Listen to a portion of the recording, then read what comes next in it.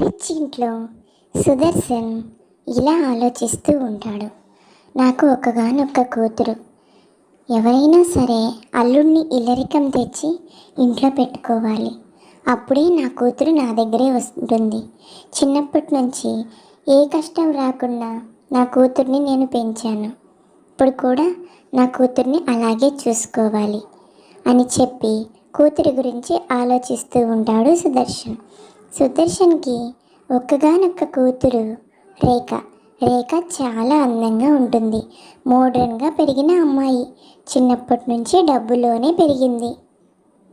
ఒకరోజు కూతురు రేఖ తండ్రి సుదర్శన్ దగ్గరికి వస్తుంది. నాన్న, డాడీ, ఏం చేస్తున్నావు? నేను నీకు ఇంపార్టెంట్ విషయం చెప్పాలి నాన్న. నువ్వు నేను ఏ నిర్ణయం తీసుకున్నా ఎప్పుడూ నాకు సపోర్ట్ చేస్తావన్న నమ్మకంతోనే నీకు ఈ విషయం చెప్తున్నాను.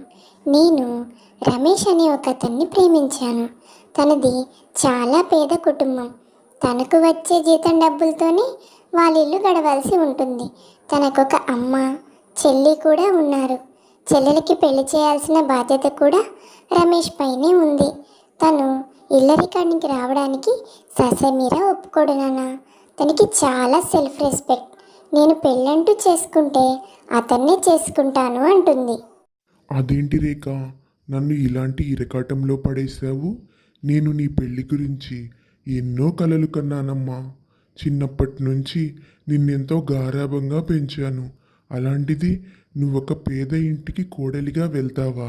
అయినా నీ ఇష్టాన్ని నేనెప్పుడూ కాదనలేదు. పైగా తను ఇల్లరికం కూడా రాడంటున్నావు. నీ కోసం నేను ఎన్ని కలలు కన్నానో తెలుసా రేఖ? అయినా సరే నువ్వు తీసుకున్న నిర్ణయాన్ని నేను ఎదిరించను. ఎందుకంటే నీకు కష్టం వస్తే నేనెప్పుడూ నీకు అండగానే ఉంటాను కదా. నీ ఇష్ట ప్రకారమే నువ్వు అతన్ని పెళ్లి చేసుకో, కానీ నా దగ్గరికి రా. అదే విషయాన్ని తను ప్రేమించిన రమేష్కి చెప్పడానికి రేఖ రమేష్ని కలవడానికి వెళ్తుంది. రమేష్, మా ఇంట్లో మన పెళ్ళికి మా డాడీ ఒప్పుకున్నాడు. నాకు నీ ఫ్యామిలీ సిచ్యువేషన్ గురించి ఎలాంటి ప్రాబ్లం లేదు. నేను కూడా జాబ్ చేసి నీకు హెల్ప్ చేయమన్నా కానీ నేను చేస్తాను. డబ్బుందన్న పొగరు, అహంకారం నేనైతే చూపించను. మీ అమ్మను మీ చెల్లిని బాగా చూసుకుందాం. అలాగే అప్పుడప్పుడు మాత్రం మా డాడీ దగ్గరికి కూడా వెళ్ళి వస్తూ ఉంటాను. ఈ కండిషన్స్ అన్నీ నేను మా డాడీతో కూడా మాట్లాడాను. మా డాడీ కూడా ఈ విషయాన్ని ఒప్పుకున్నాడు అని చెప్తుంది. ఓ, చాలా థ్యాంక్స్ రేఖ. నువ్వు నన్ను ప్రేమించిన దానికోసం అంత ఐశ్వర్యాన్ని, డబ్బుని, లగ్జరీ లైఫ్ని వదులుకొని నాతో జీవించడానికి నువ్వు సిద్ధపడ్డావు. కానీ నాకు చాలా భయంగా ఉంది. నిన్నెక్కడ సరిగ్గా చూసుకోగలుగుతానో లేదో అని. మా చెల్లికి వేరే పెళ్లి చేయాల్సి ఉంది. నువ్వైతే ఉద్యోగం చేయడానికి మా ఇంట్లో ఒప్పుకోరు రేఖ. మనం కష్టపడి కలిసి సంపాదించి మా చెల్లికి పెళ్లి చేద్దాం. అప్పటి వరకు నువ్వు కొంచెం అడ్జస్ట్ అయితే తరువాత నిన్ను నేను చాలా బాగా చూసుకుంటాను. రేఖకు పెళ్ళైన కొన్ని రోజులకి రేఖ ఇంటికి తన స్నేహితురాలు లూసీ వస్తుంది. రా లూసీ, ఇంతకాలమైంది నిన్ను చూసి. నువ్వు నా పెళ్ళికి కూడా రాలేదు. రా, ఏంటి సంగతులు? ఇన్నాళ్ళకి గుర్తొచ్చాను నీకు. అయ్యో, సమయానికి ఇంట్లో ఎవరూ లేరే. అత్తగారు కూరగాయల మార్కెట్కి వెళ్ళింది. ఆడబిడ్డేమో బయట ఏదో పనుందని వెళ్ళింది. మా హస్బెండ్ ఈ టైంకి రావాలి, మరేంటో ఇంకా రాలేదు అని రేఖ మాట్లాడుతూ ఉంటే తన స్నేహితురాలు మాత్రం చుట్టూ ఉన్న వాతావరణాన్ని, ఆ ఇంటిని చూస్తూ ఉండిపోతుంది. ఏంటి రేఖ, నువ్వేంటి, నీ రేంజ్ ఏంటి? నువ్వు ఇలాంటి ఇంట్లో ఉండడం ఏంటి? నేను నమ్మలేకపోతున్నాను తెలుసా. నిజంగా కాలేజీకి పెద్ద కారులో వచ్చేదానివి, వేసిన డ్రెస్సు మళ్ళీ వేసేదానివి కాదు. అలాంటిది నువ్వు ఇలాంటి ఇంట్లో అడ్జస్ట్ అయి ఉంటున్నావా? నాకేం అర్థం కావడం లేదే. నీ ఫోన్ కూడా నాట్ రీచబుల్ వస్తుంది. అందుకే ఇంటికి వెళ్ళి మీ నాన్నగారిని అడ్రస్ అడిగితే ఈ అడ్రస్ ఇచ్చారు. అయినా ఏంటి నువ్వు ఇలాంటి ఇంట్లో ఉంటున్నావు? మన స్నేహితురాలి బర్త్డే పార్టీ ఉంది, పద అక్కడికి వెళ్ళి మాట్లాడుకుందాం అంటుంది. ఇంతలో రేఖ హస్బెండ్ వస్తాడు. రేఖ వెంటనే, ఏమండి చూసారా, తిను నా స్నేహితురాలు లూసీ. తను నా కోసం చాలా దూరం నుంచి వచ్చింది. ఈరోజు మా ఫ్రెండ్ బర్త్డే, సర్ప్రైజ్గా పార్టీ ఇవ్వాలనుకుంటుందట. అందుకే నన్ను కూడా తనతో తీసుకువెళ్ళడానికి వచ్చింది రమేష్. నేను తనతో వెళ్తాను. ఈరోజు బాగా లేట్ అవ్వచ్చు. అత్తయ్య గారికి వచ్చిన తర్వాత నువ్వు చెప్పు, నేను నా ఫ్రెండ్ బర్త్డే పార్టీకి వెళ్ళానని అని చెప్తుంది రమేష్తో.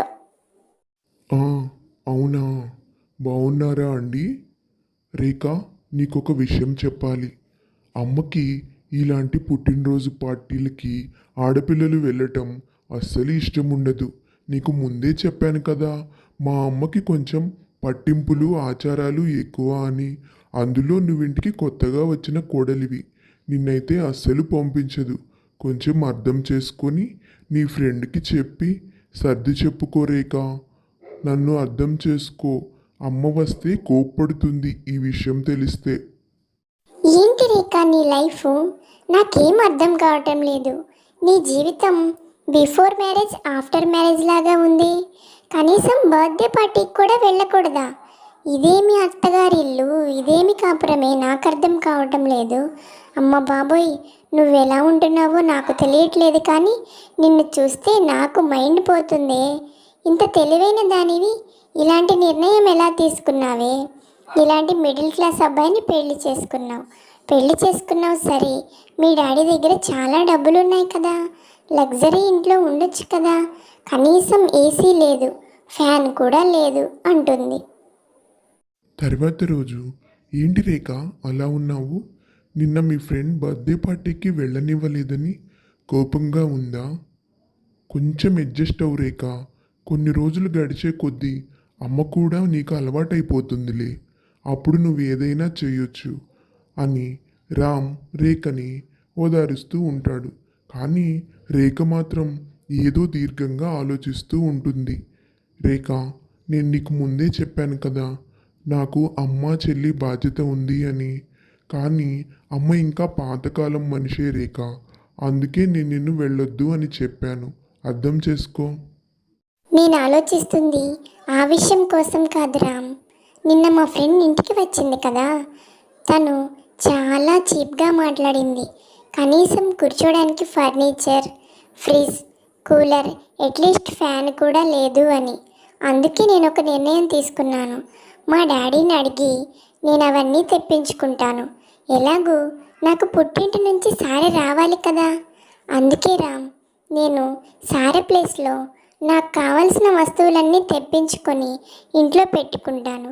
అట్లీస్ట్ వచ్చిన వాళ్ళైనా మనం రిచ్గా ఉంటున్నాం అనుకోవాలి కదా రామ్. సొసైటీలో మనం కూడా కలిసిపోవాలి కదా. ప్రతిరోజు ఏసీ, ఫ్రిడ్జ్ అన్నీ ఒక ఆటోలో ఇంటికి వస్తాయి. అత్తగారు రేఖని పిలుస్తుంది. రేఖ, రేఖ, ఎక్కడున్నావమ్మా అని. అప్పుడు రేఖ అత్తగారు ఇలా అంటుంది, ఏంటమ్మా ఇవన్నీ? మీ పుట్టింటి నుంచి వచ్చాయని ఆటో డ్రైవర్ చెప్తున్నాడు. ఇవన్నీ మీ పుట్టింటి నుంచి రావడం నాకేం అభ్యంతరం లేదమ్మా. కానీ మన చిన్న ఇల్లు చూసావు కదా, ఇవన్నీ ఇంట్లో పెడితే మనం ఇక్కడ ఉంటామమ్మా. పైగా మన భర్తకు వచ్చే చాలని జీతంతో వీటికి కరెంటు బిల్లు ఇవన్నీ మనం ఎలా కడతామమ్మా రేఖ? అర్థం చేసుకో. మన పరిస్థితి కొంచెం మెరుగుపడిన తర్వాత కావాలంటే నువ్వు ఇవన్నీ తెప్పించుకో. మనం వేరే పెద్ద ఇంటికి వెళ్ళిన తర్వాత. ఇప్పుడైతే వెనక్కి పంపించమ్మా. అలాగే అత్తయ్య, నేను ఇవన్నీ ఆలోచించలేదు. నేను రామ్ని అడిగాను. రామ్ తెప్పించుకోమని చెప్పారు, అందుకే నేను తెప్పించాను. కానీ ఇల్లు చిన్నది, ఇవన్నీ ఇంట్లో పట్టవు, కరెంటు బిల్లు ఇవన్నీ నేను ఆలోచించలేదు అత్తయ్య. I'm sorry. మీతో ఒక మాట చెప్పి నేను తెప్పించాల్సింది నాదే తప్పు అని చెప్పేసి కోడలు అత్తగారు చెప్పిన మాటల్ని చెడుగా కాకుండా మంచిగా అర్థం చేసుకొని సామాన్లన్నీ వెనక్కి పంపిస్తూ, సరే అత్తయ్య, నేను మా నాన్నతో ఈ విషయం చెప్పి వస్తాను అని వెళుతుంది. వాళ్ళ నాన్న దగ్గరికి వెళ్ళిన తర్వాత సుదర్శన్ ఇలా అంటాడు, అమ్మా రేఖ, చిన్నప్పటి నుంచి నిన్ను డబ్బులో పుట్టావు, డబ్బులో పెరిగావు, లగ్జరీ లైఫ్కి అలవాటు పడ్డావు అనుకున్నాను. నీ కోసం నేను చాలా దిగులు పడ్డాను. ఆ ఇంట్లో మిడిల్ క్లాస్ లైఫ్ నువ్వెలా లీడ్ చేస్తావా అని. కానీ నువ్వు అడ్జస్ట్ అవుతున్న విధానం చూస్తుంటే నువ్వు నా కూతురివని చెప్పుకోవడానికి నాకే చాలా గర్వంగా ఉందమ్మా. నువ్వు జీవితంలో మంచిగా ఉంటావు తల్లి. నీ మంచి మనసు నీకెప్పుడూ మంచే చేస్తుంది అని సుదర్శన్ రేఖను చూసి చాలా గొప్పగా ఫీల్ అవుతాడు. నో డాడ్, డబ్బున్నప్పుడు డబ్బు విలువ తెలుసు కాబట్టే డబ్బులో పెరిగాను. కానీ ఇప్పుడు నా భర్త జీతం ఇంతే అని తెలుసు కాబట్టి దానికి తగ్గట్టు ప్రవర్తిస్తున్నాను. నీ దగ్గర ఉన్నప్పుడు నీ కూతురిగా ఉన్నాను, ఇక్కడికి వచ్చినప్పుడు నా భర్తకి భార్యగా ఉన్నాను. అంతే డాడ్, నేను చేసింది ఏమీ లేదు అక్కడ అని చెప్తుంది. ఇలా రిచ్ కోడలు అడ్జస్ట్ అయ్యి అత్తగారింటిలో హ్యాపీగా కాపురం చేసుకుంటూ ఉంటుంది. ఈ స్టోరీ కనుక మీకు నచ్చితే please like, share and subscribe చేసుకోండి. ఇలాంటి మరెన్నో ఇంట్రెస్టింగ్ స్టోరీస్ కోసం మన ఛానల్ని సబ్స్క్రైబ్ చేసుకోండి. మీకు ఎలాంటి స్టోరీస్ కావాలో కింద కామెంట్ చేయండి. నేను అలాంటి స్టోరీస్ తయారు చేయడానికి ట్రై చేస్తాను.